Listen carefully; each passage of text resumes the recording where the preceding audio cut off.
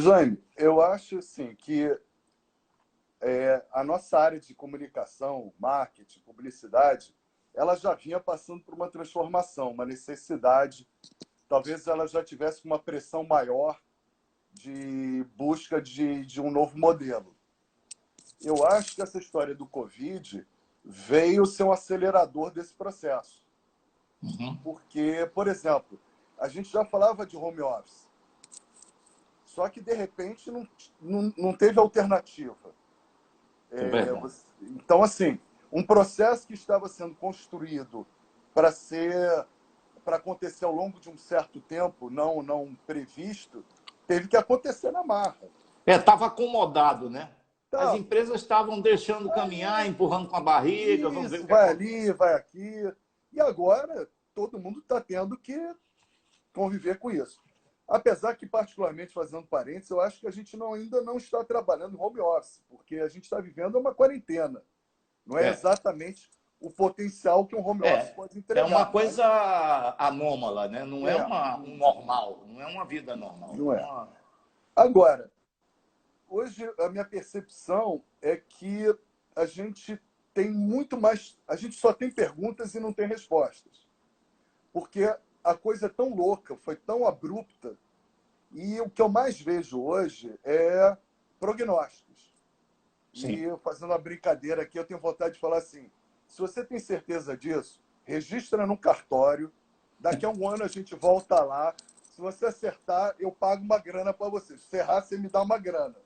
Eu quero ver o É, cara ir lá no cartório, entendeu? Porque tá é. complicado. Tá É, todo mundo querendo dar uma opinião, né? exatamente. O que eu acho, e quero deixar isso muito claro, uma opinião totalmente pessoal, eu acho que o consumidor sai dessa história mais exigente, com mais clareza do consumo que ele vai querer fazer. Sim. Então, agora, com que intensidade, de que jeito, com que forma, eu não tenho a menor ideia. Velocidade. Com que velocidade? Não tenho, porque é novidade para todo mundo isso que a gente está vivendo. Para as É, empresas, para o consumidor, para os governos, e é mundial, não é local. exato. Eu estava agora conversando semana passada com um CEO lá da Arteplan, e ele falou uma coisa muito interessante. Ele falou: eu tenho contatos na Alemanha. Então, eu estou conversando com o pessoal da Alemanha porque eu acho que eles estão um mês na nossa frente. Sabendo que lá Alemanha é Alemanha, Brasil é Brasil. Mas o Sim, que eu posso perguntar para eles que eu possa filtrar para o Brasil e já está, pelo menos, um pouquinho na frente de todo mundo? Pode ser que funcione? Pode. Pode ser que não sirva. Mas a gente já está vendo algumas tendências. Eu acho que agora o momento não é um momento de ansiedade e angústia que todos nós estamos vivendo. É um momento de muita calma, é um momento de entender que a gente está vivendo uma situação absolutamente inédita e atípica e tentar manter a frieza de olhar as oportunidades que certamente vão surgir. Toda crise gera uma oportunidade e estar atento, sem se precipitar, sem aquela coisa que está todo mundo agora vivendo, né? ansiedade, né? O que eu faço? Como é que eu pago a folha no fim do mês? Porra, ninguém está entrando na minha loja. Cara, o mundo vai virar digital. Fudeu. O que tá... Cara, isso aí, essa ansiedade É, vai bloquear a lucidez de pensamento. alguns podem fazer isso, né, Eduardo? Mas É, tem muita gente que está, de fato, numa situação sufocante, né? sim. Tem muita gente que está por aí com na boca da falência, né? Não, Sem eu ver nenhuma diria, perspectiva para diante, né? o Jaime, o comércio, cara, a economia informal, É, desespero, é é, desespero. A situação é desesperadora. é. Vai haver uma Agora, depuração muito grande sim, dessa história. por exemplo, no outro dia um colega publicitário falou: porra, estou numa situação assim, assim, assado. Eu falei: cara, até 2 meses atrás, o que eu vou falar, que sempre foi uma filosofia minha, ia aparecer abraço de afogado. Mas agora, como está todo mundo afogado, não tem problema nenhum. Não, é Porra, verdade. abraça. Pelo menos É. corre junto. Tá todo mundo com a âncora. Porra, exatamente. Porque a gente tem que entender que agora, uma opção de coisa que há 2 meses atrás, eu não estou falando de 2 anos, não. Não. falando de 2 meses atrás, eram inviáveis, impossíveis, não fazia sentido, agora faz. Tem que estar com a É, cabeça aberta. exatamente. Tem que ter pouco medo de arriscar num momento desse. É tal Também história. concordo. Cara, se você não tem a Um dos perder, motores da recuperação vai ser a coragem e a ousadia das pessoas. Não é porra exatamente. louquice, né? Não Não, é porra porra louquice louquice. não leva a lugar nenhum. Mas é coragem e ousadia para avançar, né? Eu acho E isso se aí. resguardar em determinados aspectos, como é o lado financeiro, porque esse é um lado muito delicado que a gente vai ter que enfrentar. Já Com está certeza. enfrentando e vai ter que enfrentar, né? Eu só acho que assim, o principal motor, seja para onde isso for, sempre vai ser a criatividade. Claro, sem E a dúvida. criatividade requer uma certa paz interior, requer um Sim, certo equilíbrio. sim. Então, enquanto as pessoas estiverem no desespero, elas não vão conseguir isso. Mas vai ter sempre alguém que vai ter. E esse É, alguém vai liderar o processo. E quando as pessoas acordarem, vão dizer assim: ia lá, o cara já está lá em cima. Porra! verdade. Como é Entendeu? que nós não vimos isso? Como é que nós não vimos isso? É porque você estava só na angústia. É, estava na Só. angústia, estava na passividade, né? Estava É, no sofrimento, no lamento. Quer dizer, o cara fica. Eu vejo também pessoas que ficam numa atitude de tal inércia diante de uma circunstância como essa que a gente está vivendo, que de fato o camarada não enxerga nada, ele está parado, embotado, cego. Né?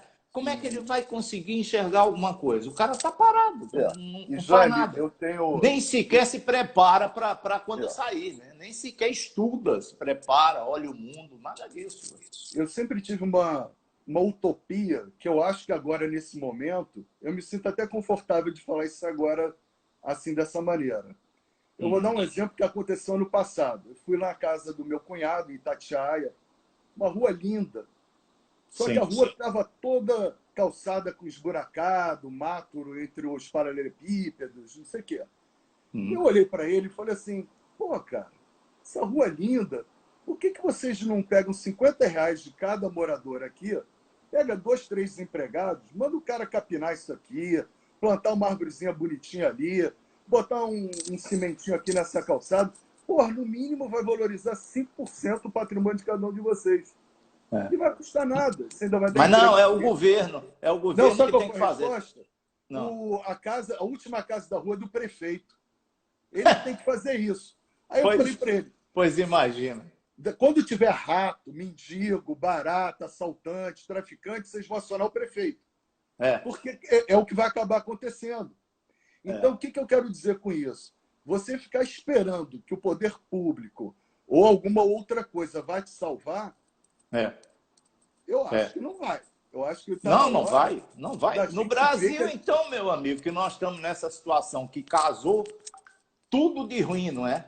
Casou o problema da nossa própria situação econômica, né? Que já vinha meio debilitada. Né? Casou o problema da alta do dólar, né? Em função de problema como o petróleo. Né? O petróleo foi para o buraco. Pô, Quem era rico agora deixou de ser, né? Por causa de petróleo. Então, o negócio está enrolado mesmo. tá. E os caras continuam dizendo, não, é o governo, é o governo, é o governo. Não, Eu vejo aqui, rapaz, tem a praia aqui na frente, e eu vejo aqui todo dia gente insistindo em ir à praia.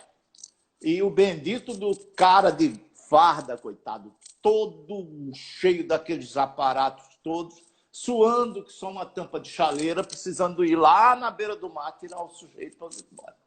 Então, é. a sociedade é muito pouco responsável e muito pouco preocupada, né, Não, consigo própria. não está Né? fazendo nem a sua parte. Nada, não O tá, não mínimo, o tá. É mínimo da verdade. sua parte. Minimamente não faz. É.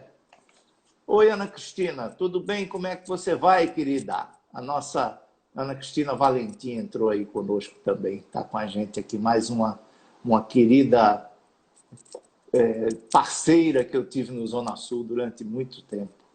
Bom, vamos noutra. Vamos embora.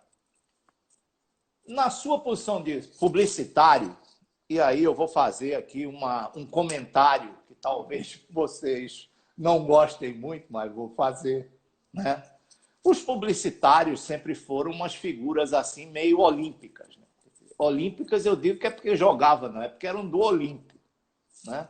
Ficava todo mundo lá em cima, e eu sou eu, e lá, lá, lá, e PPP, e o meu salário tem que ser uma coisa astronômica, fora da verdade de todo mundo, as agências cheias de coisa, tome a pagar para nego dar prêmio, e quereré, e que. E esse negócio parece que passou, né? Ou está passando de uma maneira muito rápida, porque as empresas não aguentam mais, né? Investir principalmente em mecanismos de que não se tem certeza da resposta. Como é o caso de um comercial de televisão, que você paga uma fortuna para colocar na televisão, ou pagava, sei lá, e você não sabia se realmente aquela mensagem tinha atingido adequadamente o teu público. Você tinha uma ideia quando você vendia coisas, produtos de massa. Mas quando você era uma empresa nichada, um negócio direcionado a um público específico, uma região, etc., você não tinha esse pensamento. Como é que você está vendo a transformação que está havendo nesse conjunto de meios com o advento das mídias sociais? Tá. Vamos lá. Primeiro, eu acho que... E aí, João, vou ser polêmico, tá? Sei que você gosta, então vamos embora. Seja, né? É muito bom isso. Eu acho que existe hoje uma discussão, na minha opinião, ineficiente, de tentar um contra o outro. Sim. Um versus o outro. Isso é ineficiente, porque a televisão continua com a sua potência, comprovadamente com a sua potência. O rádio continua com o rádio está se reinventando. Sim. O rádio, a coisa mais antiga que existe. Eu acho que o rádio tá crescendo. Quem desapareceu de fato é jornal, né? Mas o rádio está evoluindo. Na hora que o Zuckerberg teve o maior problema da vida dele, ele botou uma página no New York Times. Por causa da credibilidade do jornal. Enfim, eu não acredito de verdade que é um versus o outro. E eu, mais uma vez, a minha grande discussão que eu tenho tido no mercado e com meus clientes e por aí vai, a gente não deve gastar tanta energia discutindo os meios. A gente deve discutir o conteúdo que vai para esse meio. Por quê? Hoje a gente discute, eu tenho uma verba, eu tenho esse objetivo. Para onde eu vou? Não, peraí. Essa é a última pergunta. Como eu vou? Eu vou com que potência? Por quê, Jaime? Se eu tiver uma comunicação ruim, eu posso estar no Instagram, na TV Globo, pode estar onde for, vai ser ruim. Eu vou pagar o preço de uma comunicação boa. Você na TV Globo vai pagar 200 milhões para 15 segundos de comercial, por favor. No Instagram você vai pagar um nada, pô. Isso. Essa é a grande diferença que eu vejo. Se eu sou a Caixa Econômica e eu tenho que falar com a população inteira do Brasil... Sim, nesse caso eu eles têm que ir na agência receber R$600, se eu puser no Instagram, vão ter 3 pessoas na fila.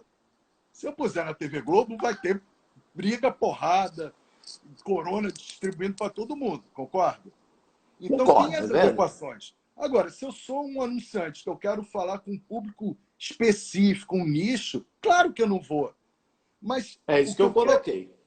A minha grande discussão é porque hoje, todo fórum que eu vou, tudo que eu participo, sempre vem primeiro a relevância de onde eu estarei. Sim. Quando, na minha opinião, primeiro eu tenho que saber o seguinte, o que eu quero falar? Qual é a potência que eu vou atingir esse consumidor, esse meu target? Agora, se aí depois que eu decidir isso, se isso vai ser no Instagram, se vai ser na TV Globo, se vai ser no DOH, se vai ser no jornal. Isso desculpa, não é que é um detalhe, mas não é a relevância do... Isso é a segunda fase da decisão, segundo você está dizendo. Não pode ser a primeira. E em determinados casos, esse combo de mídia, de meios, ele é muito eficiente. Porque, por exemplo, eu posso gerar uma matéria na TV e explorar isso no Twitter on time. Porque o Twitter é uma segunda tela da TV.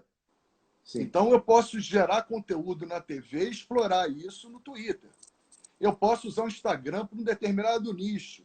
Eu posso usar o LinkedIn. Pô, se eu quero falar com diretores de empresas, eu vou usar um LinkedIn.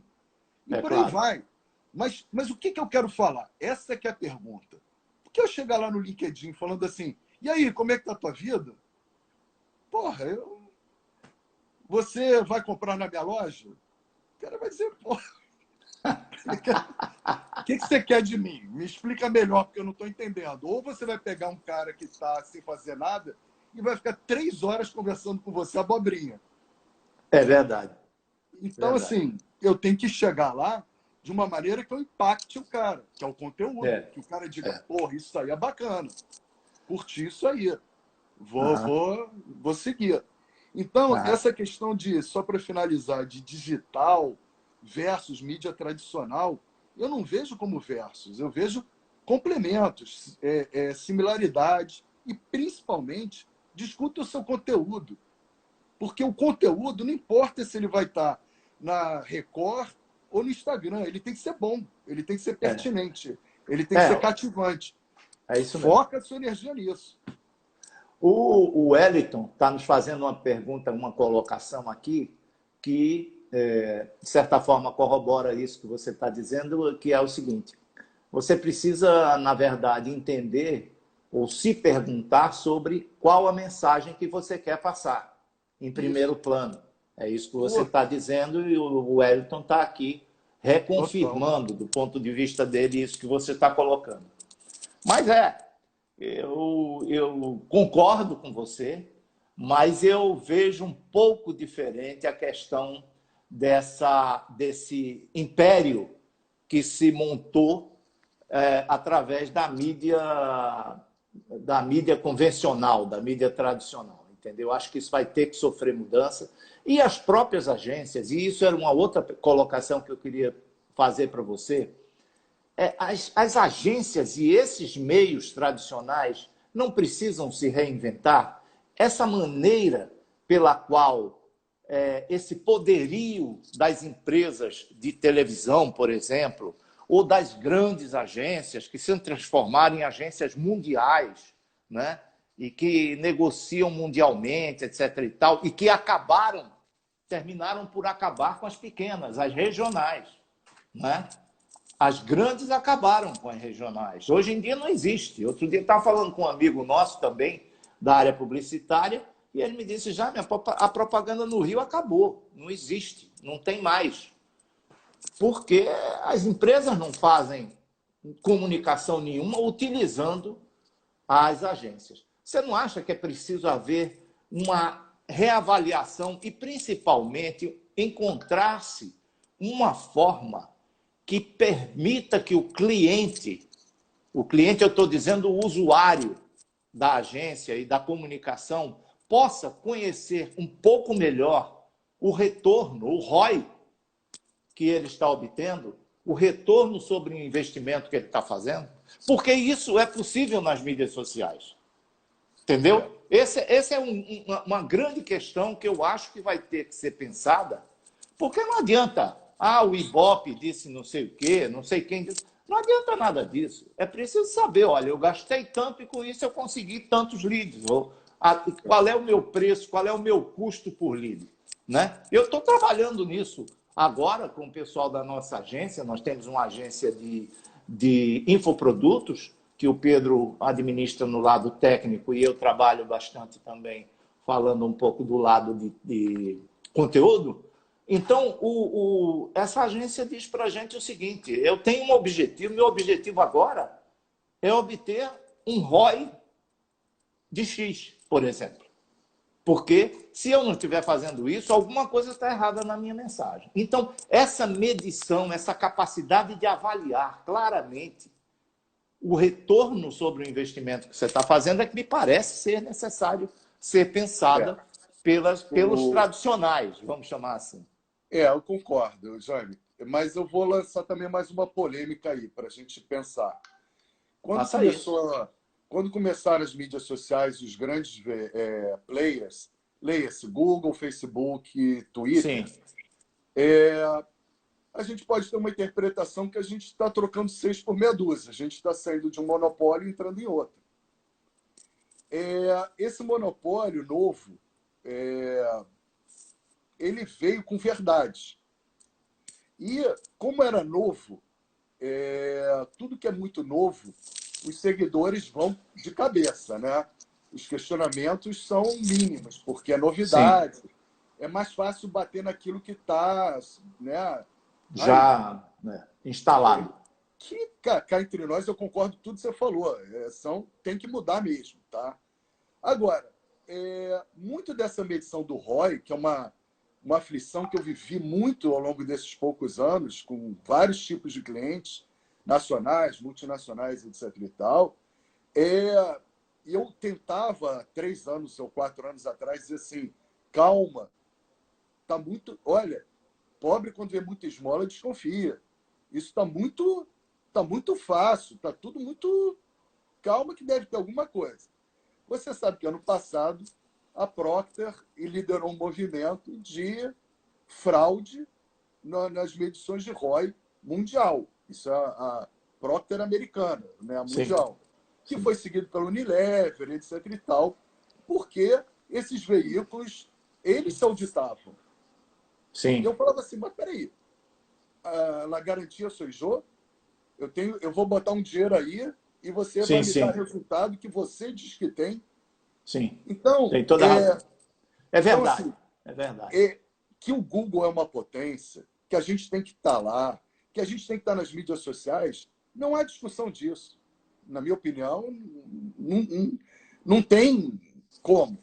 Porém, contudo, todavia, a gente tem que entrar com calma, não Verdade. acreditando em Papai Noel, Coelhinho da Paz, que eles vendem a oitava maravilha do mundo. Como os É, anteriores, que a gente hoje está aí questionando, também faziam isso. é. A Mas a história se questão, repete. Eduardo, está toda no custo. O problema é esse. É que enquanto os tradicionais, como a gente está chamando, como eu estou chamando, né, continuam tentando ser o ó do Borogodó para cobrar, essa turma está dizendo também, olha, eu sou o ó do Borogodó também, mas eu sou barateiro, cara. Eu sou barato. O cara, para fazer um investimento nessas mídias, é um nada. Uma verba de qualquer coisa você está aparecendo, impulsionando. E impulsionando diretamente sobre aqueles clientes, sobre aqueles nichos, etc. Eu também concordo com você que existe toda essa possibilidade de falsear a informação, né? Quer dizer, a galinha cuidando a raposa cuidando de galinheiro. Mas se eu vou arriscar num cara X e eu vou arriscar no outro 1 bilhão de X, eu vou tender a arriscar X, entendeu? É por Não. isso que eu acho que a O, tendência é muito ir para aí. Espera aí, o, deixa eu Ja- falar com a Silvia, que a Silvia está conosco aqui. Beijão, Silvia. Seja bem-vinda, querida. o, Saudades. o Jaime, essa questão é uma questão que ela é rica no debate. É. O que eu senti muita falta, agora esse debate até começou, mas eu senti Uhum. muita falta ali num passado recente de questionamentos. Porque Sim. tudo que se falava parecia que era verdade absoluta. E o cliente passou a aceitar isso, porque agora eu vou lançar uma polêmica, já. As Lança. agências, Mais uma. mais uma. As agências e os publicitários, com razão, inclusive, vêm sendo enxovalhados desde a década de 90. Tem uns 30 anos que a gente está igual o cachorro sarnento de rua, né? E não aprenderam até hoje. Estamos tentando. Infelizmente, não. Mas o fato é que o marketing também entrou nessa ciranda. É, Infelizmente, o marketing hoje não é mais visto como era naquela época, tem toda a razão. como uma relevância de decisão, de participação nos rumos da empresa, etc. e tal. Hoje o marketing é visto pelo financeiro, pelos acionistas, como despesa e não como investimento. Tem razão. E aí vem uma geração de garotos, e eu não estou falando aqui com preconceito, eu estou só narrando, que fizeram cursos de extensão no exterior e por aí vai, que vieram com um conhecimento teórico grande, de um currículo bacana, mas com uma experiência muito pequena. Isso é verdade. E aí, para eles que tinham como meta atender aos acionistas e não à marca, Exato. ao poder Tem das toda a coisas, razão. passaram a usar o ROI como tábua de salvação. É isso Então, mesmo. é claro que o ROI tem relevância, é óbvio, mas não da maneira cega como estava sendo usada. Sim. Então, eu via muito esperto, tanto nos veículos como nas agências, mandando dados para o cliente que ele só queria ter o dado para passar adiante e Entendo. justificar aquele investimento. Em nenhum momento perguntou se teve um retorno quente do consumidor, se teve um lover, se teve um... Não, olha, 8 mil clicaram, 3 mil deram... Porra, qual é a qualidade disso? Era robô? Não era? Era o que era. Você tem razão. Você tem razão. E eu convivi muito bem com essa fase em que o marketing tinha vamos dizer, uma proeminência nos negócios, em algumas empresas, nunca os varejistas, verdade seja dita, nunca os varejistas, a não ser com raras e honrosas exceções, entenderam a forma, a razão pela qual o marketing podia contribuir para as empresas. Por uma questão de timing de visão. O marketing não é uma ferramenta para se olhar a curto prazo. Imediatismo. Né? O marketing é uma ferramenta para a construção de médio e longo prazo. Enquanto a mentalidade varejista é tipicamente imediatista. Nenhum varejista, e por isso mesmo ainda existe tanta resistência a desenvolvimento de marcas, mais uma vez com raras exceções, raras e honrosas exceções, e eu tenho o prazer de dizer que a empresa onde eu trabalhei por muitos anos é uma dessas exceções, porque o Fortunato sempre teve uma ótica direcionada para a importância do marketing, para o peso da marca, para a transformação que a marca pode gerar. Mas, na maioria, no conjunto mesmo, tanto de acionistas como de diretoria, o marketing era visto como um gastador. E a gente não tinha instrumento nenhum para dizer que não era verdade isso. Que tinha um efeito, que isso iria aparecer, etc. Assim, aparecia depois de não sei quantos anos. Aí as pessoas chegavam e diziam, alguns, né, mais reconhecidos, diziam, olha, você tem razão, é verdade, foi bom aquela campanha, aquilo gerou para a empresa uma imagem positiva, etc. Mas a grande maioria nem prestava atenção nisso. Não, é porque eu estou botando promoção e preço baixo, e quantas vezes eu escutei de algumas pessoas o seguinte, se isso que vocês gastam no marketing, eu gastasse em promoção de produto baixando o preço, pô, a gente estava lá na frente, a gente estava ganhando muito mais dinheiro do que está com esse negócio aí, que ninguém sabe que retorno dá. E olha que... E quantas empresas de varejo fizeram isso e quebraram? Sim, exatamente. Quantas? Exatamente. Pois é, um número que a gente esquece até de lembrar. E quantas vão quebrar agora? E quantas vão quebrar agora porque continuam não enxergando isso? Né? Quantas? Ou foram absorvidas, ou quebraram, seja lá o que for.